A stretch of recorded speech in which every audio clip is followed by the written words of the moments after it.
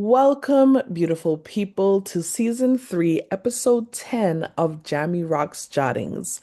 This seriously silly space for intentional musicology, sonic joy, and the kind of reggae and broader musical insight that'll keep your mind rocking and your thoughts swaying.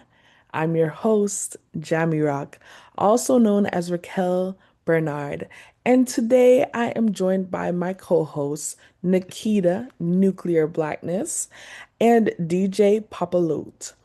And today's a very special day because we are welcoming Daniel T. Neely for a conversation of Jamaica's original popular music, Mento. And I have to put some respect on your name, Dr. Neely. All right. Mento scholar. Worked very Thank you. hard for that PhD, so I have to say Yeah, you have every idea. it.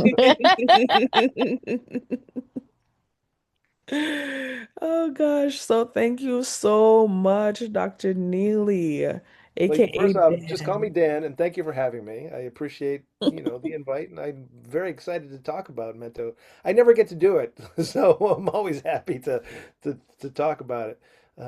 It's something I've been, I don't know, probably working on it for 28 years. Wow, Uh, incredible. and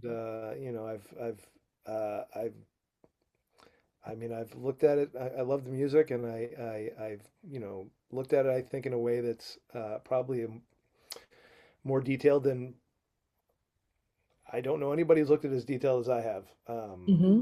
So I have crazy ideas about it that I think that people would probably argue with me about. But the thing about my ideas is I bring receipts. All right, I could okay. I could cite my sources. Let them know. Let them know you have those receipts. And so before we dive into our questions, I want to give the people a little bit more about you. So Dan here is an ethnomusicologist whose work spans the musical worlds of Jamaica and Ireland. You, Dan, are best known for your landmark dissertation on Jamaican Mento, the island's first commercially recorded popular music. Your research, supported by a Fulbright grant and NYU's Dean's Dissertation Fellowship, began in earnest in 2000. The name of your dissertation was, and still is, Mento, Jamaica's Original Music, Development, Tourism, and the Nationalist Frame. Now, I won't go into all of the arguments of it because I'm going to allow you to speak to those. Um, but I'm so honored that you joined us tonight. Um, and I will be talking from a few questions that we prepared. And of course, we're leaving the flow up as well when it comes to the questions. So we will surprise you with some new questions as well. Yes. Great. And I would love for my co-hosts to briefly introduce themselves as well so that you can get to know them a little Yeah, that'd bit. be great.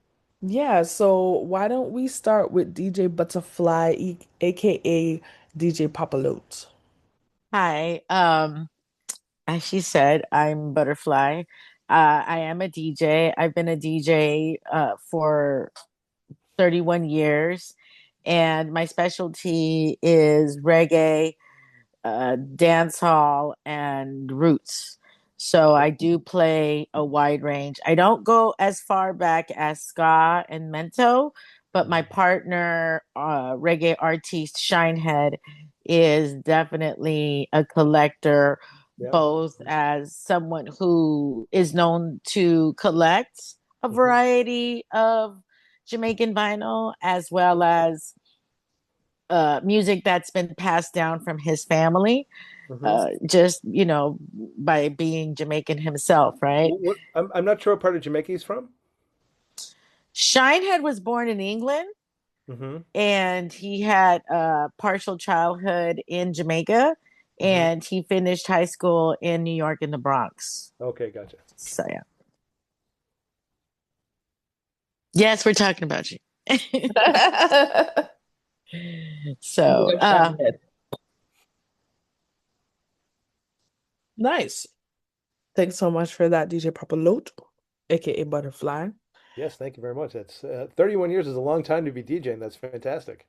thank you, thank you. I do play, all different genres of music, but I Sure, did start out with dancehall because I was, doing it in the mid 90s, sure, and then I did make a decision when I started because back then it was vinyl, right? And sure. our Yeah, thing is still vinyl, yeah. and I made a decision that if I'm going to start collecting Jamaican music, I need to make sure I upkeep with the latest stuff, but I also need to backtrack. So Of course. I have been backtracking with it over the years, and as you well know, collecting Jamaican music vinyls of all eras, right? Not just specifically one decade alone.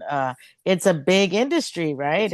It's an expensive habit. It's an expensive habit. Yes, it is. Yes, it I, wrote- is. I I wrote agree. a I wrote a in the Caribbean Studies Journal an article about um, people who sell people who sell records in Jamaica through eBay, Right. and it was surprising how lucrative that market was. Uh, Well, people's families are passing on, oh yeah, yeah, and generations of people haven't used records like for listening for a long time, and so um it's taking up space in people's homes, so it's like I gotta find something no, to and do with this, so I gotta get them it's out. very interesting. It's very interesting because like the when I lived there, I lived in Kingston, and there were I was a very early eBay adopter. Like I think I started buying on eBay in 1998 or 1999. Oh And wow. Mento records were very easy. Well, not 78s, but like the hotel records, which kind of, Right, they right, go for like, I mean, there was one point where like some of these hotel records would go for like $100, but I was getting them for like $4 or $5 at a time because nobody liked them. right, right. But when I was in Jamaica, there were some 45s that I was really interested in that I didn't know because like there was no real describe. Well, Roots Naughty Roots had just come out. Mm, So I had some sense, and you could go through, but it was just the print version.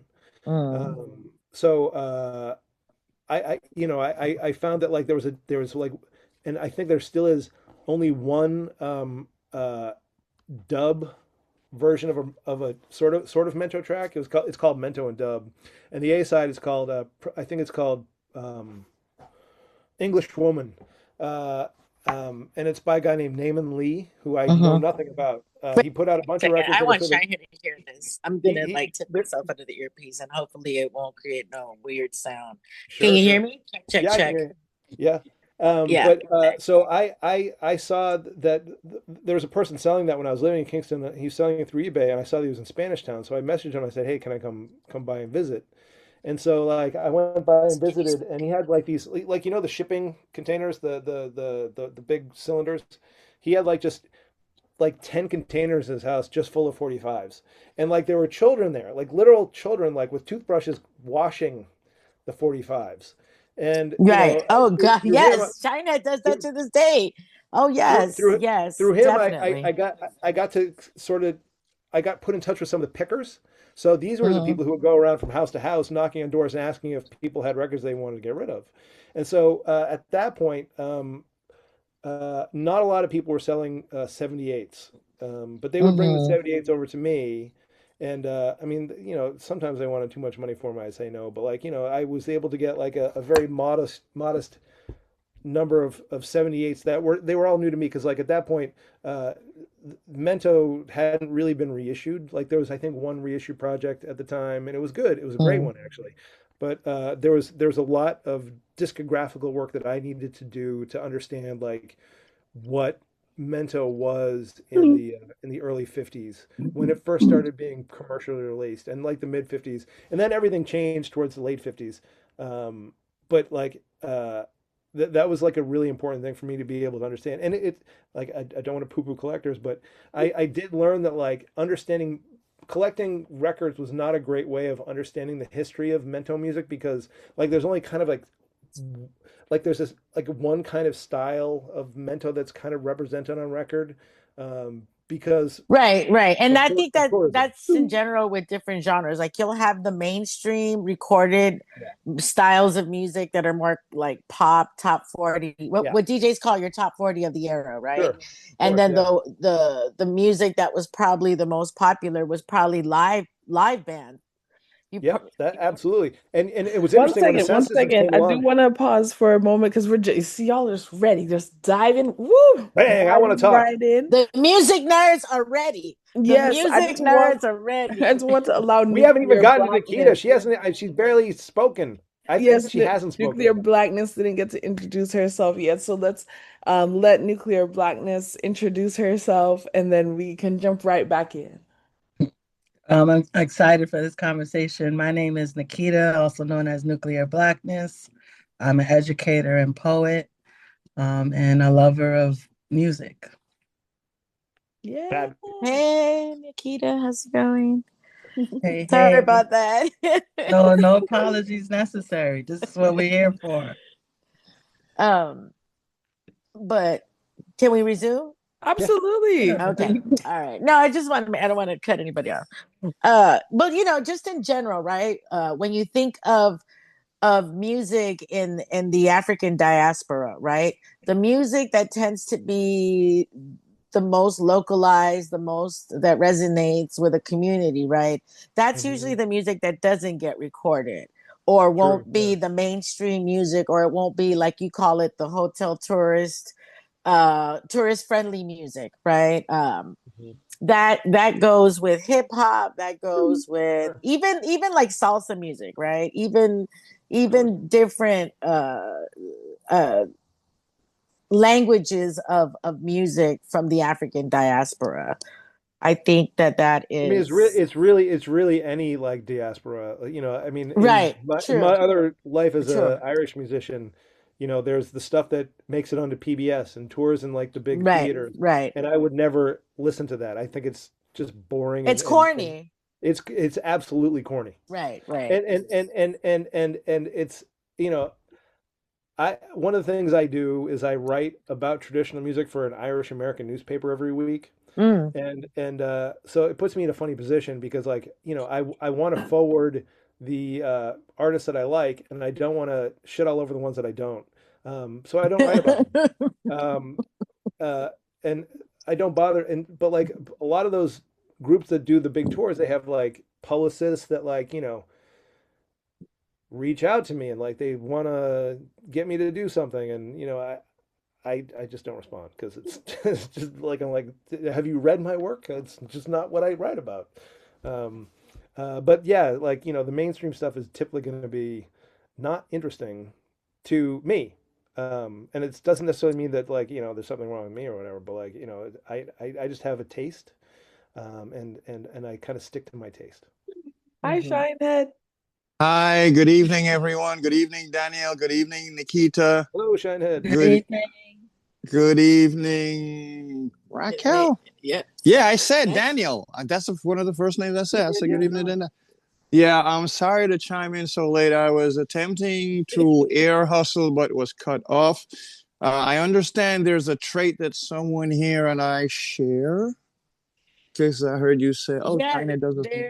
yes, and we're discussing Daniel is a PhD in who has done extensive research, ethnographic musicological research in Jamaican Mento music in Sir, particular. my hat's off to you and Jahmi Roc, yeah, Dr.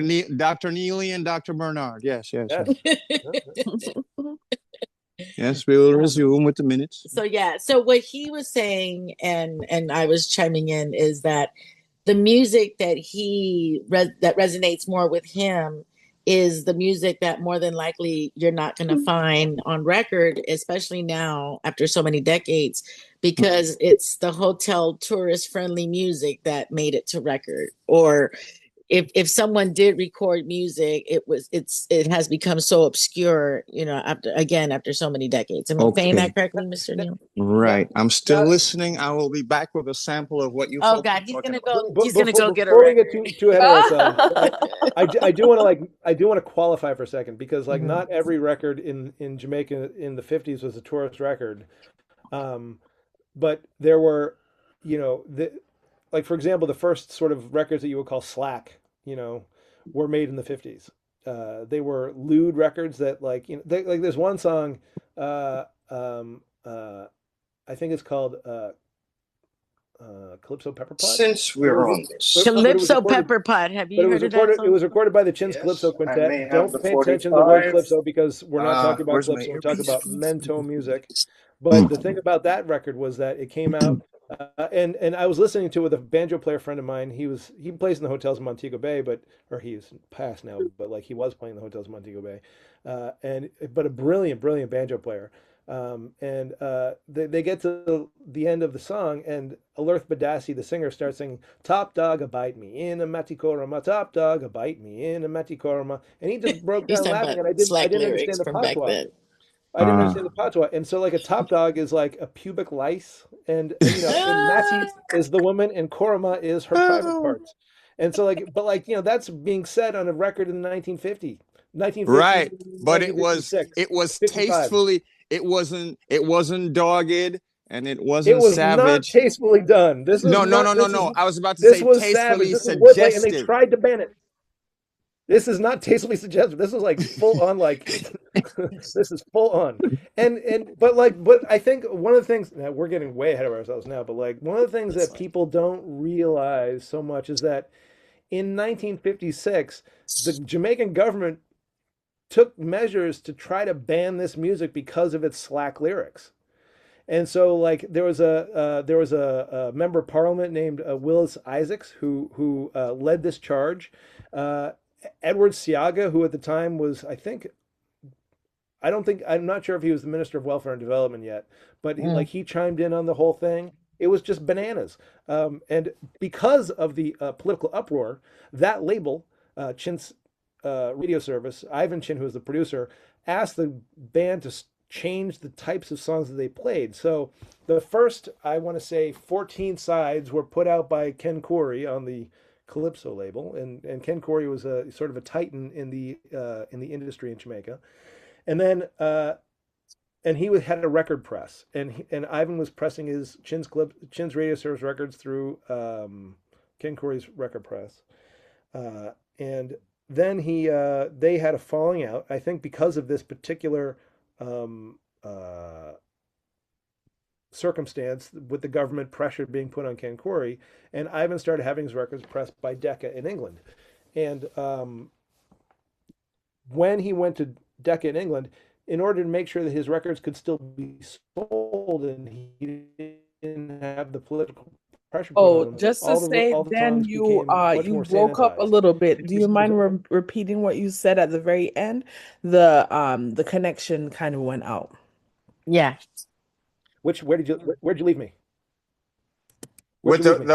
the music getting banned and having to go to England to print on Oh Decca. yeah, so he, because of political pressure, he turned to Decca in England to have his Let records me your pressed, phone. and the music on and the lyrics on those sides are very different, not slack at all, and very sanitized. Hmm.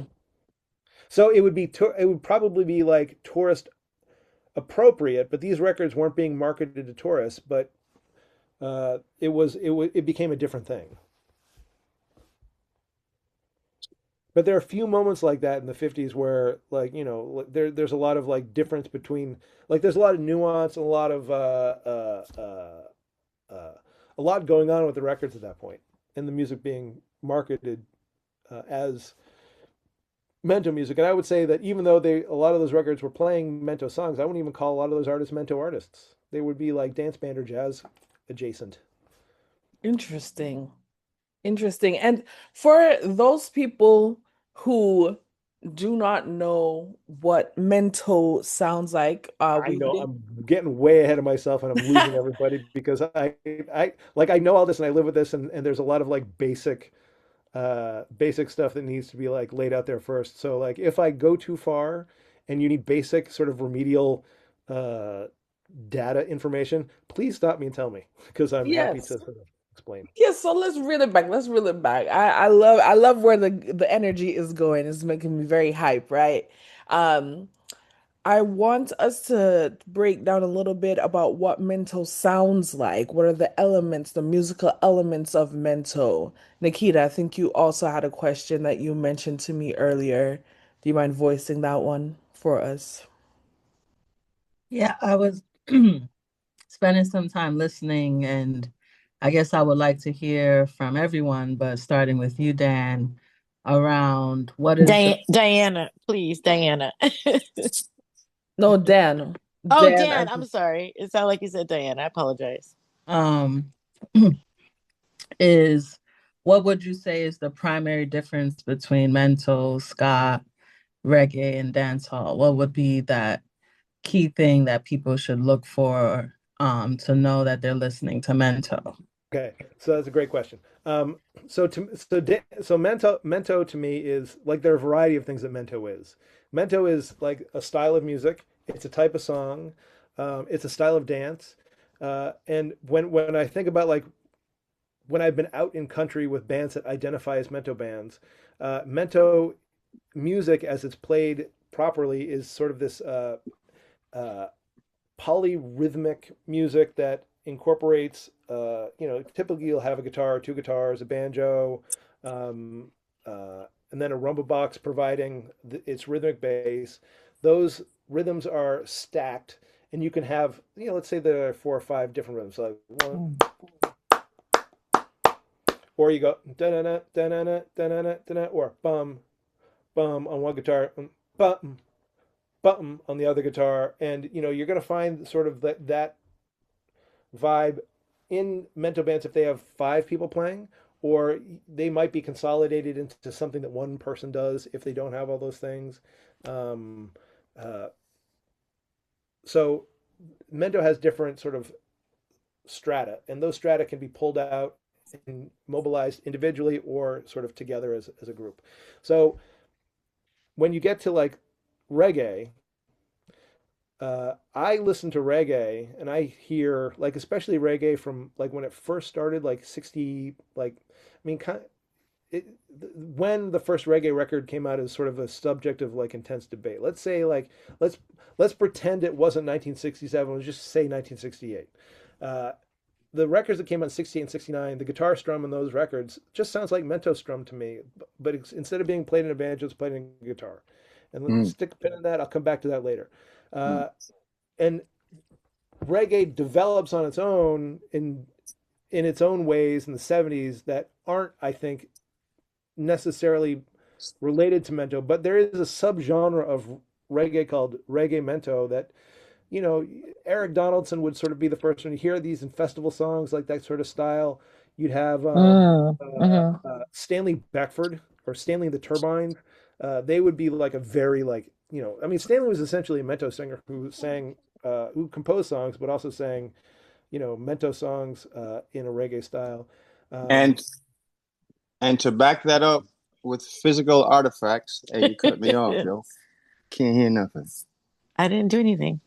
I don't hear anything right now. Oh, hold on. Let me see. No, that's I think because we're. I'm not talking. Oh, oh, Yeah, it muted him, so it sounded like no, I didn't. oh, and to back up what you're saying, here's a physical artifact. It's Marcy, blurry. I can't see it. Yeah, You're it's too because I you're too have far in the a background. Give it to yeah. Diana. Yes. I don't even know Now you're up. if Oh, you there you can go. be able to see it. yeah, yeah. What There does it is say it. on it? No, you know what? Let me take out the Um, blur. can you see it now? No, it's blurry. But what does it You better say? read it. You better It's just a read it blank. because it's yeah because of the background. Yeah. Mar- What does it say? Marcia Griffiths, "Don't Let Me Down," original press. Yeah, very nice. Right, right. And as far as the Mento goes, here is "Birth Control" by Lloyd Charmers. Okay, so I that's got Lloyd Eaton doubles. Lowbites. Yeah, yeah. "Birth Yeah. Control" by by Lloyd Charmers. Yeah. And on the other side, yeah, Birth Control Part 1 and 2, Straker label, Yeah. original press. There you go. Mm. That's so a lot of the slack. I mean, as far as there's a whole Birth genre of control. like slack reggae records that came out in the '70s that sound very Mento-ish to me. Mm-hmm. And then once you get to dancehall like that, Right. kind of The like orchestra beat. hits. Yeah. Well, they so like in the Latin Caribbean they call it a tresillo, which I Right. wouldn't call it. But like in Right.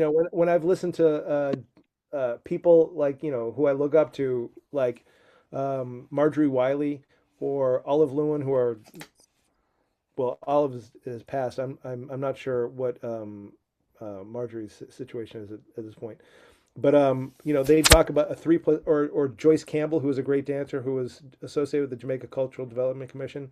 They talk about the 3+3+2. So 1 2 3 1 2 3 1 2 1 2 3 1 2 3 Mm-hmm. 1 2 1, and so that's like a basic dancehall beat. Mm-hmm. Yeah. And that's like when you listen to like reggaeton, that's like I would say that's like the appropriated element out of dancehall. Um, you know, To me, uh, it just sounds like dancehall in the '80s when I hear yeah, reggaeton. no, that's I mean that's kind of what's now. Mhm. I in full disclosure, I know nothing about dancehall. Like it's not something that I've ever spent any time like looking into, Mhm. and I don't really know very much about it. So I'm talking I in terms of the timing. I mean, there's other that's a whole other discussion. But I mean, in terms of the timing, like when yeah. I hear I mean, not just the beats themselves. I'm saying the timing of it is it's very dance hall '80s. Oh yeah, It sure. has retained the dance hall '80s timing. Yeah. That's what I'm trying to say. Yeah, but like that dancehall '80s timing is like to Nikia's point. That's like when I listen to dancehall from that particular period, and I hear that rhythmic figure, I go, oh yeah, that's like that's Jamaican in the sense that like that's the sort of changing same that binds Mento with dancehall. Now, when we get to ska is a funny thing because like a lot of times you'll hear people say like, and it really bugs me and go to so a little bit about me is like I played in the '90s. I played in a ska band. I played guitar in a ska band called Skavuvi and the Epitones, and we were a great band. Big up. Good, we're good, and but like the thing about it, we were part of the third wave of ska, and the thing about the third wave of ska was that like everybody was trying to make sense of the history of Jamaican music in it's Southern California kids or like kids in New York or whatever, primarily people who have no connection to Jamaica, um, or limited connection to Jamaica, and so like they're they people talk about, oh yeah, well, Scott took like mento music and bind it together with R&B and jazz, and I actually don't think that. Now once you get to 1963 and 1964, you do find ska bands playing or Jamaican groups playing mento melodies in a ska rhythm, but I think that happened after ska like kind of like gelled as a musical form. To me, ska was a reaction against um, uh, external forces that sort of cherished Mento or Calypso with the lowercase c, which is how Mento is marketed. And we can talk about that in a little while because, like, Mhm. with this whole Hill and Gully thing, there are a lot of Trinidadians be like, "That's Calypso music." I'm like, no, it's actually not. Um, but so like I saw ska as like a real revolution against because it came at a time where Jamaica was becoming independent, and they needed a sound for themselves, and like you had Mhm. really forward thinking people who were kind of on the avant garde of making music, doing something that entertained the masses in a really like pivotal moment in Jamaica's like national development. Um, uh, and when the Mento stuff starts coming on, it starts coming on in ska in '63 in a very limited extent, and but a lot of ways in '64. And I see that as a connection to the National Festival for the Arts, um, because there was a popular song competition. Uh, the Mento aspect of that hadn't been codified yet. That didn't come until a few years later. But people were playing in '63. The two records came out. Mabeltoft Pool made a sort of a Mento record, and Lord Fly made a Mento record. And after that, and those are sort of like records with sort of national political support. And if you look at like there was a Mento competition that year, and I think the band that won was like the Count Ozzie's band, that the Hmm. band that would become the Mystic Revelation of Rastafari, playing like folk songs. Um, the next year, that's when you start getting, Baba Brooks coming along and doing. Baba Brooks did a lot of stuff. Um, you know, Carrie Go Bring Home by I forgot his name. It's just fallen out of my head. Shinehead, can you remember who did pick Justin Hines? Like things Yeah, like that, where like That's a Justin Hines voice. yeah. So like, but like these sort of like Mento influenced ska tracks sort of came after ska already happened, but like the sort of the great ska artists like Don Drummond, the Scatolites, all those people, you don't necessarily hear a lot of Mento in what they do. Like it's there a little bit, but like again, those people are like on the avant-garde, the cutting edge of music making. So And when How you I many think of call those? Oh, Mento, sorry about that. no worries. When you call Mento Jamaica's original music, right? And people might argue with you and say, no, there are earlier forms, or no, you that was should just say. I just used that title as a little provocative thing in the title, and it was something. It was something that like whenever I talk with reggae people would always be like, yes, yes. Like one time I was at Sonic Studios to interview somebody, and like Bunny Wailer showed up, and like goes, oh, you got to meet Bunny Wailer, and like he shows up, he's like wearing like a leather suit, with like a matching leather tam. I'm like, it's 95 degrees, man. That's crazy. Mhm, mhm. Move around in that.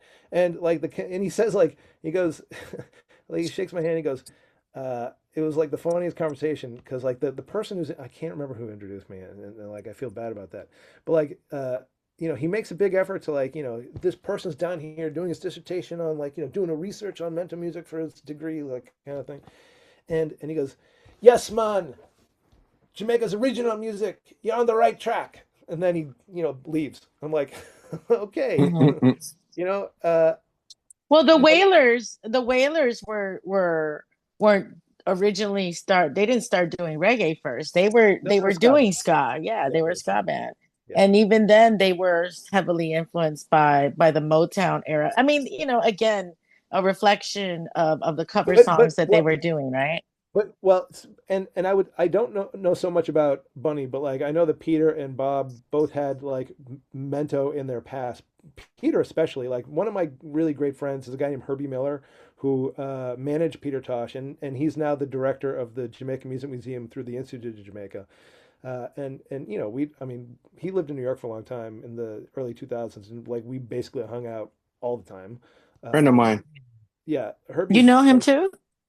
You know him too. Herbie's great. Herbie's just and he's so you know generous and I don't know he's the perfect person to be doing the work that he's doing there because he's connected and he's you know he he loves music. It's just great.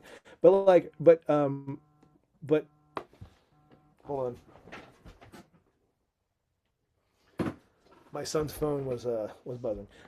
But like he and I would sit and he'd tell me about like Peter, and growing up in Westmoreland, in rural Westmoreland, and growing up amongst Mento people, being sort of like a almost a hayseed, just in terms of like his country attitude and like Robbie Shakespeare giving him shit about it in the studio, making fun of him. And if you listen to some of Peter Tosh's stuff, there's like a lot of Mento there, like I don't remember the title of the song, but like he goes, "Rain a rough, but the dirty tough, and the men them start to get too rough." Like it's like that's basically a line taken out of like an old Mento tune. Like he was Wow. very conversant in that. And like Bob Marley, I mean, like he grew up. More Not, urban. no, but he was in Kingston, but like I think he started out in Nine Mile and rural St. Anne. Yeah. And like I know for a fact that there was like a quadrille group that was like very close to him, like maybe 3 or 4 miles away. But for any community event that would like say a nine night or something like that, that band would have like, traveled the road to like, play in a town or a village, not a town, like a village or hamlet, sort of like either, very local to Bob. And it's very, very likely that um, he would have been exposed to that, like quadrille music, to the Right. point where, like, It's I very mean, good he that you surely, said he, quadrille because you cannot say mento without yeah. quadrille, and you cannot say quadrille without kumina, and you cannot say kumina without pocomania. You can definitely say Kumina Pokemania without quadrille because they're completely unrelated. Kumina comes from the Eastern Parish, St. Thomas mostly, but in Portland as well. The people who are Kumina people came from the Central African Republic after emancipation. They were brought in, I think, largely as indentured laborers, and they were Yeah. allowed to do things that you weren't allowed to do prior to emancipation. And so one of the people on my dissertation committee was a guy named Ken Bilby, who a great inspiration for me, knows more about Jamaican music, I think, than anybody else. He did his research in St. Thomas. I mean, he worked with maroon communities around St. Thomas, but he uh, around Jamaica. But in St. he and another guy looked at language being used, ritual language being used in rural St. Thomas amongst people who practice Kumina, and were able to essentially pinpoint where in the Central African Republic they came from based on language and ritual language. But like the ritual language of Kumina was passed on from the 1840s to now, essentially in unbroken fashion. People learn the words and songs by rote and understand them as part of like that particular practice. But that has nothing to do with quadrille. Quadrille is like a continental social dance form that was imported into Jamaica from like England that and it began in France, and that's a social dance with like different figures. Now, the Kumina, I'm sorry, the fifth figure of uh, Mm-mm. well, quadrille usually has four figures, but they would add a fifth figure and sometimes a sixth figure as a way of encouraging or bringing in local dance styles. So like Mento, they always talk about Mento being like the fifth figure of the quadrille. And that's the relationship there. And Pokemania is like a revival religion that well, there's Poco and then there's revival, and they're both charismatic Christian um, religious practices that are have African elements that are you know built into them. Yes. And So don't forget you know about the so the Jankuno. The Jonquillo, John he Canoe, said. that's not, that John Canoe's a whole different thing altogether. That's like a Christmas time masquerade that happens, in December, and it's it's actually very complicated. The way people think about John Canoe now is based on a revival that happened in 1950. The Gleaner actually had a competition, and so like a lot of like people sort of revive the practice. But prior to that, if you like, there are parts of Jamaica where well, again, Ken did this work. Uh, in Saint Elizabeth, there's a group of people who practice John Canoe, and there's like a religious element to it, like a spiritual element. So like they they wear the house. There's like a house that they put on their head, and they destroy the house after the ritual, and people catch Mayal, and it's a whole thing. And what's interesting about that is that Ken did that research. I want to say in the 90s, but I'm not exactly sure of the dates. But prior to that, somebody else had been to that same part of Jamaica. These two women, Helen Roberts and Martha Beckwith, they were anthropologists, or well, Helen Roberts was an early ethnomusicologist. But they, in between 1919 and 1921, they were in Jamaica doing field research, and they like collected a house like like the sort of I mean it's like 4.5 feet tall and they wear on their head and like different stuff. This stuff still exists. It's in the Natural History Museum in New York City. I've been there. I Cedric Brooks and I went the saxophone player Cedric Brooks. We went to go see it one day. Um, I have a I question, might have Dan, as Kamau you're Brathwaite might have been there too.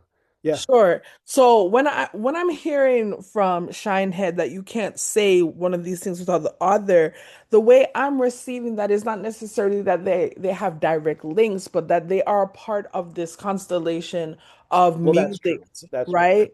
That's where I'm Oh, I getting. like the way you Early, put yeah, it. That's a good way. Constellation. Yes. Yeah, you know what I Yes. mean? So they're not necessarily yes, directly dependent on one another, but the idea of like, yeah, what musics do outside of the urban centers in the, the sure, countryside of Jamaica, like what are sure, those yeah, spiritual practices and those types of music king that they're doing, yeah, right? And that's what sure. I'm Now, hearing there. sure, but I think what separates the work that I do and those other genres is that like Kuman is a religious practice, Polka is a religious practice, John Canoe can be a spiritual practice, Mento isn't, Quadro is Right. not. There's Which like is more strictly like secular secular. social dance stuff, Right. and that's like where my work lives. Right. I don't do any of like the spiritual stuff because it's, I'm not equipped to do it, and it's not something that I really focused on. And But you know what's when you go to interesting Jamaica, though? Oh, go ahead. well, I was going to say, like, if you go to Jamaica, all those genres are typically um, taught together because there's, people want to teach, especially in primary and secondary schools, about the history of Jamaica folk forms, and all those would Right. be Jamaica folk forms. Right. And so they're all sort of lumped together. And, my project really takes the social dance music and looks at it as it's really just as its own thing. And Interesting. that's and so some you'll find mental, like for example there's a guy I'm friends with named Chris Murray. He performs under the name Venice Shoreline Chris, but he puts out like a video every Monday, and he calls it Mento Monday, on his social media Really? accounts. Yeah. And last week he put a video that I had shot in Clarendon out, and it got like a ton of views and like a lot of engagement in Jamaica, which is fascinating. But a lot of the people who were engaged recognized the flute player, who's this guy named Ferdy, who I was friends with when I was doing my field work. And he was from a place called Lesterfield. And so we'll get to Lesterfield actually a little later on because when we start talking about Hill and Gully, this is going to be an important thing. But uh, the he got a lot of engagement, and oh shoot, I lost my train of thought. Where was I going with that? That's all right because why don't we dive into Hill and Gully, right? So that's Okay, good. something Let's that do I that. played right at the beginning of one version of it, I should say, that I played at the Well, that beginning. was that. Yeah. Hmm. Right, one version, because many people do this, and Dan, you know better than I, so I'll let you talk about that part. But basically, part of the reason this conversation is happening is because of the dance hall version of Hill and Gully that has been going all over the place. I think it's the Yeah. Genius that produced this version, and I think some of the notable ones are like Masika has one on here as well Elephant as Man. Elephant Man, right? Hmm. Precisely. And quite a few artists are on this rhythm. Um, and so we saw where I think it Faye Ellington spoke out about it Hmm. and said that, was very upset about the vulgarity and the slackness that people are singing it. I was playing I was playing some of the songs on the rhythm, and we played about five or six in a row, and they were all sex songs, right? And so this idea that something like Hill and Gully, which is not vulgar in its original form, right? Um, we see where that is coming up, right? But like somebody like a Dizzle who connected us, Dan, Hmm. will say, Mento had a lot of vulgarity, and you even mentioned that before. So let's dive into Hill and Gully Okay. um What do a you little bit. want to know? Who would you credit as like that's their song? Would you even say that it is We don't know. anyone's? We simply Okay. don't know. And so what here's the story. Because I was in touch with the genius, and it appears that he sampled the song from a YouTube video. I could have this wrong, but this is the sense that I got from our conversation online. Um, he sampled the song from a video that credited a guy named Lord Composer, who made a 1954 recording of the song for the Mota's recording studio record label. But the music on the video, despite being credited to Lord Composer, was the 2000 recording made by the Blue Glaze Mento Band. Mm. Mm. Now, the what a friend of mine, a friend of mine in Europe named Carl Finley, who knows everything there is to know about Studio One Records. Like he is the authority, and he's a great person. He sent this to me because like he's got his finger on the pulse much more than I have, and I hit click, and I just felt great because I immediately recognized the banjo player as Nelson Chambers, who was the banjo player for the Blue Glaze Mento Band. And when I was doing my field work in Jamaica, Nelson and I spent a lot of time hanging out. Like, he lived in, well, he was from Thompsontown, but he was living in, well, he sort of split between Thompsontown and Maypen. But I would, like, just spend days with him. Like, and we'd drive up and down there are sort of two roads. I mean, there's a lot of roads, but like two sort of main roads that go up the west and east side of Clarendon, and we drove up north of Maypen, and he brought me to every musician that he could knew, and I interviewed them, tried to get oral histories of all these mentor musicians, or at least as much of an oral history as I can to sort of draw a picture of uh, who the musicians were and where they were based and as much and it's hard to do these interviews, but like I got good information about the people in these places. So like they're old. Blue Glaze is a very important band. They were formed in 1967. They won the Festival of Gold in 1968, but they existed before that in different under different titles. I think they were called the 7-Elevens before that. And then before that, they were just sort of people who play, young men who played around the parish. The leader of that band, well, there was an original leader named I want to say sergeant or policeman, police. I'm forgetting, but the clarinet player who you hear on that track, Vincent Price, he was the leader and sort of like the sort of great patriarch of that band for like, I mean, he died in 2004, but like, he was like a Mm. big, as far as I'm concerned, a really big deal. And Nelson was sort of like the number two in the group. Um, uh, but like, there are other people in the parish. Like there was a guy named Joe Shepard who would have been like a real old time guy. He played saxophone. Like I would spent weeks trying to find him. We just couldn't find him. Like, because he like, he'd be at his daughter's place and like, Chapelton, but like he might be in Maypen and like nobody kind of knew where he was. Then one day I'm hanging around at the barber shop and he walks in and we're like, holy shit, it's fucking Joe Shepard. I've got my Mhm. recorder. Great. So I can, take pictures and interview him. Um, that I up in Frankfield and Lesterfield, I met Ferdy and I got to know him. Another fife player named Sudden Death. There was a rumba box player up there named Mr. Williams. There was a guy singer and banjo player named Governor. A guy named Trumpeter. Like there are all these musicians sort of like in that corridor who I got to know pretty well. Now, when I mentioned Lesterfield specifically because in the last few like week or so, I learned that Lord Composer was actually from Lesterfield. Mm. Uh, he left Lesterfield, moved to I think Ocho Rios, and then moved to the Bahamas, then came back into Ocho Rios. But like he made some recordings in Kingston in the 50s for Stanley Mota and for Ken Corey.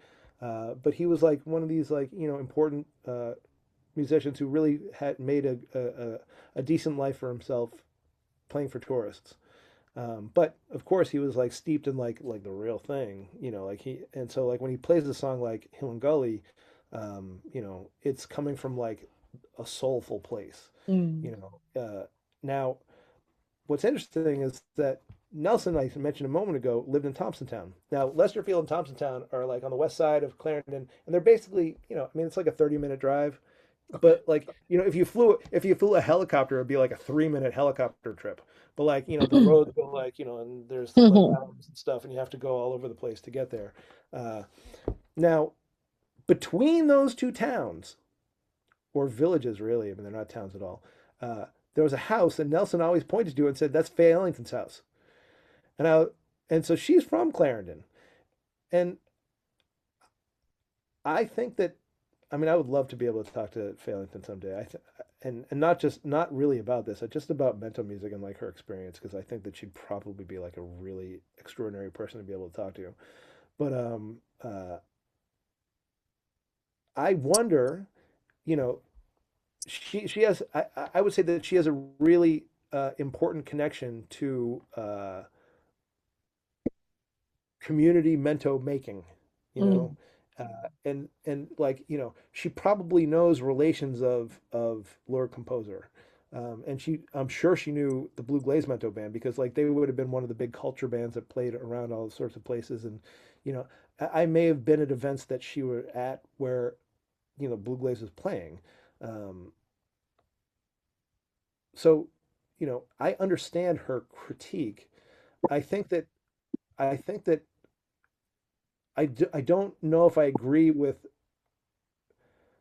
I I think that her critique is a little bit pearl clutchy, because like, you know, I mean, people are going to do what they want to do and you can't really like stop them from doing it. And like, you know, I mean, I don't really mind slack lyrics. It's, you know, I find them kind of funny, and like, you know, there's Mhm. humor for me there. Um, you know, sometimes I if I was going to critique the artist, I would say like, you know, it's a, like, you know, when you're talking about like, there are things that they say that are very on the nose when you know, in terms of like the sexual act, and I'm like, eh, you know, but like this is kind of why I'm not so into dancehall. Like you know, like I'm not saying, like, I've seen people write articles and be like, there should be more wordplay in Mento, and I'm like, I think that's kind of BS too. Like, I'm not going to tell Mento musicians how to do stuff, because like, you know, like I've heard some really dirty things out of like great musicians' mouths, like, you know, and it's just funny. It doesn't bother me, and like it's just sort of like part of the genre. Um, And I think so it's part of the genre. I think it's part of many Pan African genres, yeah, especially yeah, because I having two parents that are born from two different Latin American countries sure, that have like my mother grew up on more Afro-Cuban and Afro-Colombian rhythms. My hmm, mother is 86, and so you know her all that sound is basically what I grew up on because but that like was her music, right? Son dancing has like very like, you know, risque Very movement to it. risque, very Like risque movements, very risque lyrics. However, there it's about wit, right? yeah, It's about sure. it's and that's what I'm saying. I think that's what they have in common. As someone who, like, I understand Patois, I speak Spanish. I have a connection to two different parts of Latin America where I understand that um, it isn't something that you would encourage children to be keen on, but it was something that you could, They're gonna do it right? anyway. It was something that you could kind of play around everyone, but at the same time, those that knew, and the people that were probably like pre-adolescent and younger were like clueless, right, as to what Yeah. whatever the double entendres, whatever the Hmm. metaphors, right? And I do think that that is across genres, and I think that historically it probably has so much to do with that culture of you have to have something that's your own even while you're being beaten down and forced to speak another language and you're being forced, your physical freedom is being detained, and so like how do you rebel, right? Like how do you rebel? And I think that Yeah, part of it is probably very West African, and I think the sure. other part of it is how can you rebel against a system that doesn't even want us to play our own music, right? Like Right. how Yeah. how do you how can you still keep the culture of what the essence of that African drum beat, right? That leads all the different Pan African rhythms of music. Like, how can we still uh, keep it keep it going, right? Keep it I, moving despite what we're I, being told we can I, or can't do, right? I think the thing that I disagree with and I would agree with Faye is that uh,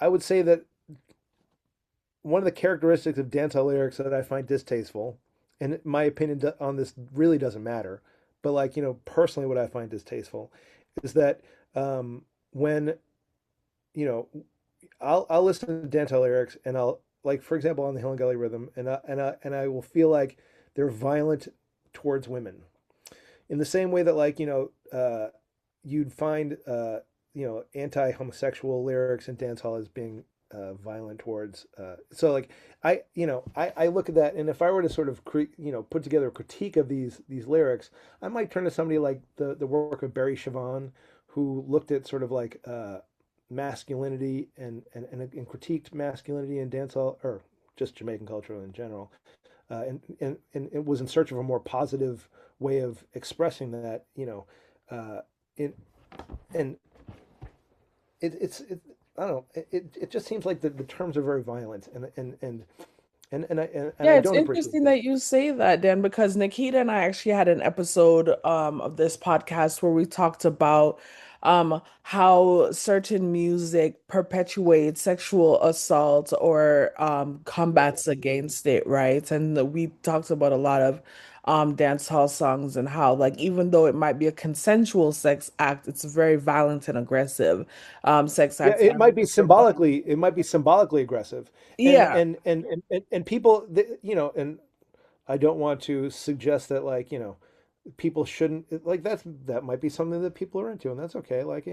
But like uh, being upfront about that preference is probably a helpful thing in to know if you're going to Mhm. engage in this kind of like so. Uh, Now, just to go back to Faye for a second, one of the things Mhm. I really did like about her critique is that she recognized the good work that the genius was doing. Like praised him for putting Mento in a position where it could be listened to in a way that wasn't strictly old fashioned. It was Mhm. something that Like a caught the fusion, moment. right? Like a fusion. Would Yeah, you say yeah, like a uh, fusion? yeah, And speaking of and I think that fusion, I want to, but you can finish your thought, but as you finish that thought, I want you to think about this like regional Caribbean sound, what that feeds into Mento, right? So this idea of Trinidadian Calypso and Cuban rhythms. And then does that mixture of Caribbean sounds so like with the migration tell us about what is pure Jamaican music as a okay. cultural product? So, well, I don't know what pure Jamaican music is, but like Yeah, exactly. That's why I when had to add the but quote. when I look at one of the things that really bugs me about like the social media critique is you get all these Trinidadians and they they say this is calypso music, and I actually think that's wrong. And I think that one of the things that is misunderstood about uh, mento music is that yes, it's called calypso.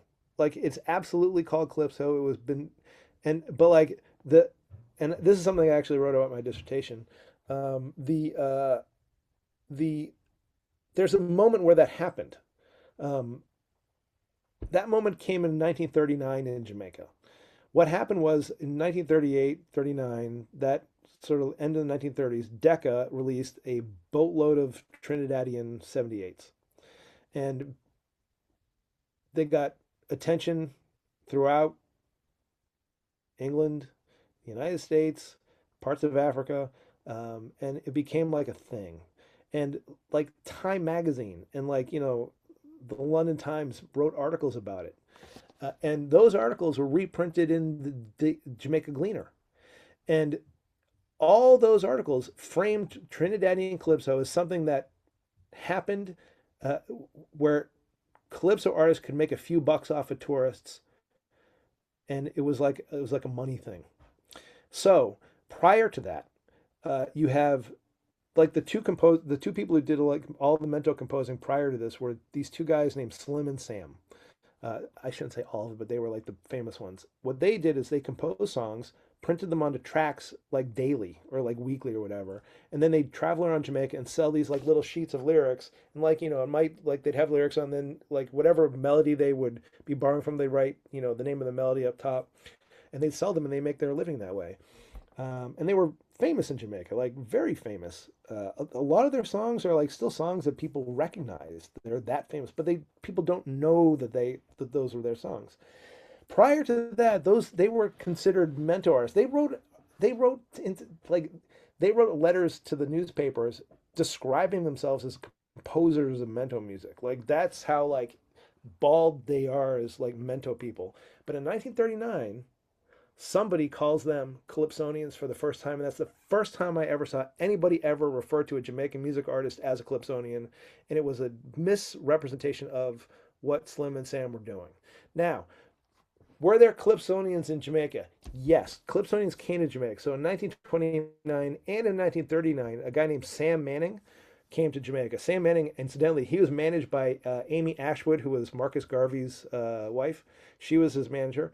In 1943, the kind of related, the The Andrews first sisters wife made or the rum and second Coca-Cola. wife? The first or the I second? don't know. He had two Amy's. I don't know. Right. I can't Oh, they tell were you. both Amy's. I didn't remember the names. Yeah.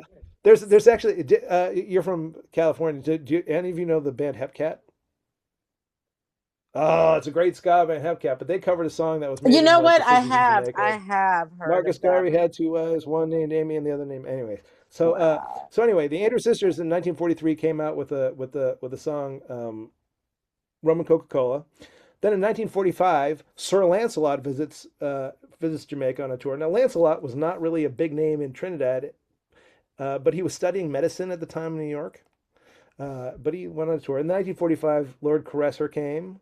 1947, as part of the Windrush, Lord Kitchener and Beginner came, and they were there for a few months, and that was actually a big deal. But like in the 50s, like Cobra Man was there, Lord Melody was there, the Mighty Panther was there. In the 60s, Sparrow were there. So like there were a lot of Calypsonians who came to Jamaica and like interacted with these artists. And Jamaicans, of course, adopted like whatever the popular calypsos, not all of them, but like would adopt like calypso songs and like perform them. But usually they were doing it in the context of like tourist hotels and things like that. One of the people who was like one of the most important recording artists in Jamaica in the 1950s was a guy named Alerth Badassi. I mentioned him earlier. He was the singer on all the records, or virtually all the records, for the Chin's radio service. Ivan Chin was the producer. I interviewed him a number of times. Really awesome person. He grew up in Clarendon, in a place called Colonel's Ridge, which is on the eastern side across the Blackwoods from where Thompsontown and Lesterfield are. He was emphatic that he never ever heard any calypso at all growing up in Clarendon, and only heard about it when he moved to Kingston in 1949.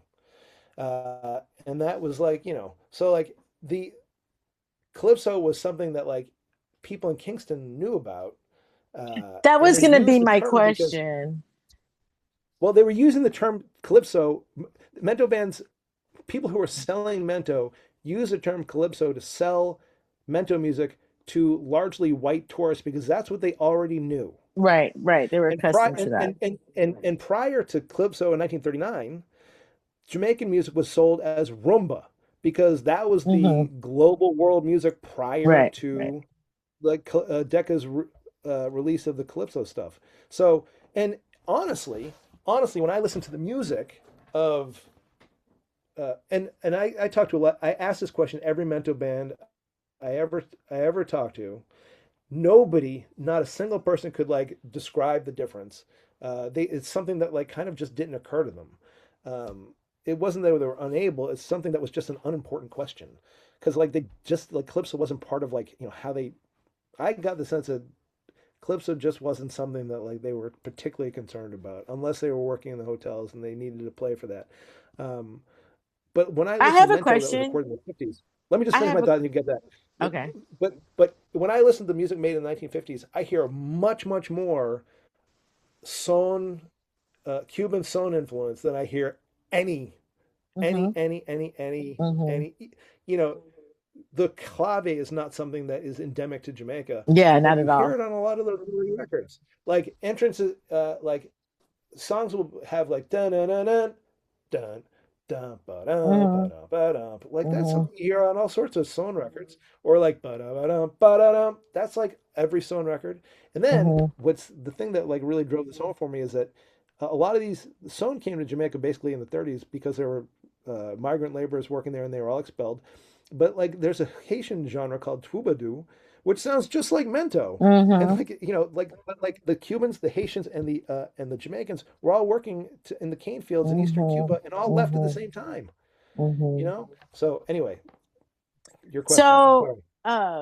that's a really good point. I think that because of the different colonial language governments that have domain over Cuba and Jamaica and Haiti, like people don't really realize that people even before you had European colonization, right? Like people were always traveling amongst the islands, and that still persists to this day, not just culturally, but for work and all of that. But my question is, would you say that there was like a class difference between the people that were more into calypso during that era versus like mento? Would you say there was a class distinction? I don't know how to answer that question because I that would be something that I'd have to ask the musicians at the time. Basically, you're asking people in two different countries. Um, and I don't know the answer to that question, but I will say that in Jamaica, at the beginning of the podcast, I had mentioned that like not everybody who played mento, I would consider a mento musician. So for and the evidence behind this, the person I think of primarily is this guy Lord Fly, who was one of the very first recording artists in Jamaica. Lord Fly, uh, kind of played in dance bands, and he wrote calypsos and mentos and recorded them, um, essentially is to make money. Uh, Right, because it Not was essentially, trending. Right, it was just to make money. trending. Right, right. But in 1953, he was playing at a place called the Glass Bucket, which was like the big club in Kingston. Um, he also playing there at that time was a guy named Lord Flea, Flea and Fly. And there was a guy named, I think his name was, oh, I'm forgetting. I think his last name was Saxon. He was from Miami, but he came to the Jamaica, went to the Glass Bucket because he wanted to bring entertainers from Jamaica to Miami to entertain. He wanted like authentic musicians to like, play for tourists. Now in the Glass Bucket, uh, Flea was sort of like a floor show artist. He was like the guy who would, go around to the tables and play for people and improvise lyrics or whatever. And Fly was what a person named Tony Lang, whose father was in a group called the Wrigglers, explained to Mm. me was known as a big jacket musician, which meant that they stand at a bandstand and they wore a jacket when they played.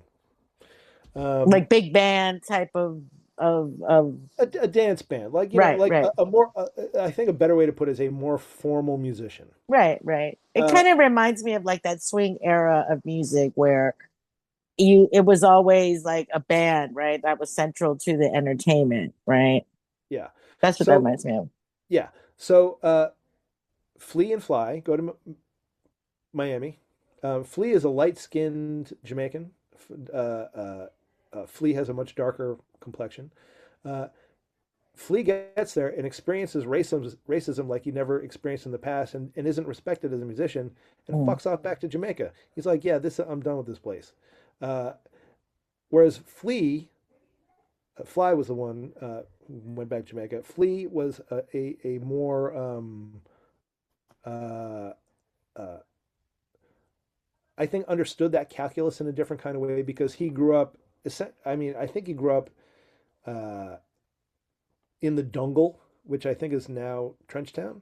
Um, uh, but he definitely grew up downtown, um, and was tolerant of that, and became Mm. Jamaica's first real international superstar. Like he made two movies and recorded a full LP for Capitol Records. And the reason why nobody knows about him now is because he died of non-Hodgkin's lymphoma in 1959. But like he Oh, got all this fame in the United States as basically a Calypsonian. Uh, the album was called Swinging Calypsos. He got all this fame as a Calypsonian, and then when he went back to Jamaica, nobody cared. Like because he was like somebody who not a big jacket musician, but wore like the straw hat and fit the suit and embodied what people recognized fit the tourist gaze. Hmm. Um, Interesting. and so that was like a big difference between the two musicians. So like, but I think there are interviews with Lord Flea, because in 1955, uh, Harry Belafonte put out the Calypso record, and there was a Calypso craze that was international, and there were fanzines like magazines for teen girls, essentially. And Harry Belafonte was the cover boy for all of them. And Lord Flea, interestingly enough, was interviewed in them as well. And Lord Flea was extremely explicit. He would say things like, I'm paraphrasing, but he would say, well, the music we play in Jamaica is called Mento, but we call it Calypso because that's what the tourists want. And, Mhm. I think that's an important, like, I mean, to have somebody in 1956 say that, I think is just, or 57, whatever it was, is just extraordinary. I mean, it's just, you know, he knew the calculus, he knew the drill, he knew what was going to keep him in work. And, he moved from like, Miami, and then he played in Las Vegas, and he played in California, and he played, I think, in Chicago. There's a Calypso club called the Blue Angel in Chicago that he probably played in, I think. So he was actually quite successful, doing, playing, being in that role. Whereas like Fly, who really felt him, I think, considered himself a higher class musician who had more uh, expansive skill and vision that moved him, like I think that probably if you were to, I mean, he died a long, long time ago. I think he died in 71 or 73 or whatever. But like, I think if you were to ask him, he would probably have considered himself more jazz adjacent than a Mento musician, Mhm. or kind of a, maybe a vaudevillian. His brother, Johnny Lyon, was a an opera singer, Okay. and his other brother, Geraldo Leon, he went by a lot of different names, but like Geraldo Leon was sort of like his most common stage name. He was a vaudevillian. Okay. Understood. Were Understood. I were want to give these? Nikkita a chance to I'm chime in. Why? She's sorry, been talking the whole time. I'm not Nikita. I know. I'm joking.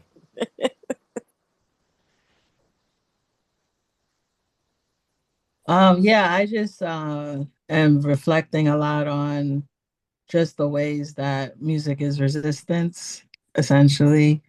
So I know we spoke about the raunchiness of lyrics as well as the topics of Mentor originally, and ska and so forth. And so I just was sitting here thinking about, the context that Diana talked about, where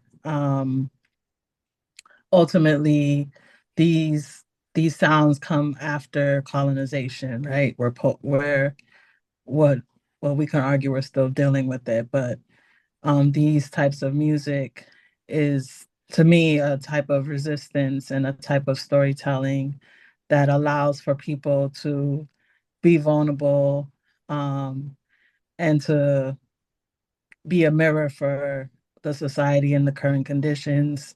Well, that's the hope anyway, right? And so um when I was re-listening to the Hill and Gully rhythm, I was thinking a lot about how a lot of the music I like or that I'm drawn to has a type of bass to it, but the Mento um didn't, but I still was very drawn to it. Um and I it actually lulled me to sleep a little bit, not in a bad way, but in a nervous system easing way. And so when I listened to it again, um, I just was thinking also about the parallels with the topics around blues for some reason. When I'm thinking about how I understand Mento, is also thinking about the connection to the blues. But that's just some of the thoughts I was having as you all were talking. Okay, now I want to be very clear about something. I do not. One of the things that I've come across over the course of my research on Mento is uh, largely white men, um, trying to draw a parallel between Mento and Delta blues, and I don't like that parallel because they're two completely different things with two completely different histories.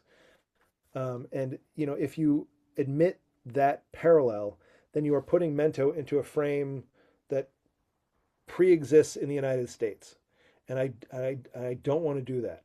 But if I may, I could offer you sort of like a more a moment in Mento's history, or a moment of reggae history that I think gets at your point. So, Well, I wasn't saying that they come from the same struggle. I was just saying that as a person who is not familiar with a lot of the music history, it right, reminded me of the blues. I I'm see. not saying that it's coming, I'm not trying to say that it's a direct parallel at all. Sure. Well, So I just want to so one make of the that things, clear. but when we're talking about like you were talking about like Mento being a music of resistance. Um, uh, One of the things there's a moment in Jamaican history, and I mentioned earlier, 1968-ish, when reggae emerges. Something very interesting happened, and it involves a Calypsonian or a person from Trinidad. Prior to reggae's emergence, you have Rocksteady, okay, and one of the major guitarists who was playing in Rocksteady was a guy named Lynn Tate. Lynn Tate was from Trinidad. He moved to Jamaica and brilliant guitarist. Uh, Really set the tone for what Rocksteady was supposed to sound like. He leaves Jamaica in, I think it was 68. And when he leaves Jamaica, it leaves a void in the recording studios. Like so let's say that there are 10 studio sessions a day and he's playing eight of them. Well, all of a sudden, there are eight more studio sessions that Jamaican artists can like participate in. Well, so you have like a variety of different guitarists, and I talked to a variety of different guitarists who were in the studio at that time. Um, uh, and what was interesting was when I talked to them, every single one of them had grown up learning guitar from a Mento banjo player or guitar player. And in some cases, I knew exactly the person he was talking about. So, uh, Raquel, Dizzle and I worked with the Jolly Boys. Mhm. The original banjo player for the Jolly Boys was one of these guitarists or banjo players that one of these reggae guitarists who was a big studio guy worked with in when he was a younger person, and he brought that sort of experience playing around a Mento artist and around the Jolly Boys to his studio experience when he got to the studio. Now, in 1968, you have a lot of, and to speak to Shinehead's point earlier, you can't speak of Mento without talking about John Canoe and Kumina and so on and so forth. Uh, Producers like Lee Perry um, and others uh, turned instead of outwardly to figure out how to create an architecture for Jamaican popular music, they looked internally towards folk forms and started, I think, admitting more of that element into the popular music in 1968 and 1969. And Mento would have been one of those things. And when I look at a track like um, Hill and Gully, I kind of see a similar process, like sort of like a more internal look. And I'm I know that there are people out there who like really hope that like oh, we'll see more Mento music um you know in popular music. I'm not really sure that's going to happen, but I would be interested in seeing people come along who bring in other Jamaica folk forms into popular songs. So like there's a woman her name is Lamora. She has uh she Hope something, but she did an unauthorized version or an unofficial version on um, the Hill and Gully Rhythm, where she sings sort of like Maroon ancestral language, Mm, Coromantee ancestral language, mm, and uses Kumina drumming. I'm sorry, she's singing, she's playing Coromantee Maroon ancestral drumming patterns and singing Kumina ancestral like they're called country songs, but like they're using the ancestral language over the Hill and Gully rhythm. I saw that. I was like, this is fantastic. And like, I mean, everybody's like, oh, this is great, this is great. But I thought it was like a really interesting thing. And I think that it's, it's, it's an evolution of things that have happened before that I think is being done in a really smart way. Um, like a more specialized internal look. I mean, like I think of like Colin Bulby York. In the early 2000s, he did a Mento rhythm, but he also did Cuban rhythm and like there are other rhythms that he did. And like he's not borrowing or sampling from like actual Cuban or Mento, but like these new tracks are actually taking the expertise of people who specialize in folk forms or perform folk forms and incorporating them into popular music. And I think that if that were, I think that's more likely to become a trend. And and I think if we want to use the word resistance, you know, embracing the local and putting a value on that, I think is a way of like uh, a strong a strong attitude towards a sort of more resistive stance.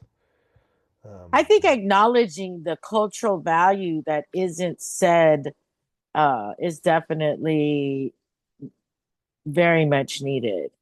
I yeah, I did have a question about the musicianship. Would you say that the majority of these mentor musicians were they self-trained or were they coming from like the Alpha Boy school? Would you self-trained. say self-trained? Okay. Yeah, there Okay. you're not I alpha no, boys. I'm not surprised, but I'm just No, saying, just alpha, like the alpha, you're really being groomed to be a like a a professional jazz, a musician. classical, Yeah, yeah. yeah. That's what they Like were doing at that time during that th- era. there are no mentor musicians I met who I went to school. Like, I mean, if there are, there might be some, I just never met them. Uh, in the 50s, there are great hotel bands, like the Silver Seas. There were two Silver Seas group, one of which was Lord Composer's group. He only made 78s. There was another group that featured other great musicians, including Lord Jellicoe. That record came out. I think that was one of the first records Edward Seaga produced. Um, Great record, great musicianship, but all those musicians honed their style in the context of tourism, because in tourism you're expected to have like a particular sound and a Hmm. particular comportment, and you had to play particular songs in a particular way in order to sort of Right, like appeal again to the tourist ear. right. And you know so they would put in practice in a different way, and Hmm. sort of like tailor their sound in a different kind of way. It doesn't mean they're not great bands, not great musicians. It's just they embraced what I would call, and what other musicians that I talked to called sort of a calypso style. Now, in that context, I want to stress very, very heavily, this is not Trinidadian calypso. Like No, they no, called themselves calypso in the same I way Jamaicans and understand. Bahamas call themselves. But for any Trinidadian listening to this, there's a difference between the way people use the term calypso in Jamaica and what it means in Trinidad. They're just two Hmm. different things. Um, Right. and in Jamaica, calypso is much more of a performance mode than it is a musical style I like that distinction. or a musical genre at all. Right. Thank you so much, Dan. This has been an incredible conversation. And the fact that it feels like we low-key need a part two at some point I is think so where, too. right? That's what Yeah. I feel. That's what I feel. I'm very happy to do that. I apologize if I talked over anybody or if I was like too enthusiastic or if I my my enthusiasm tamped down anybody else's enthusiasm. I really very rarely get to talk like this to anybody. So I'm very thankful that you invited me here.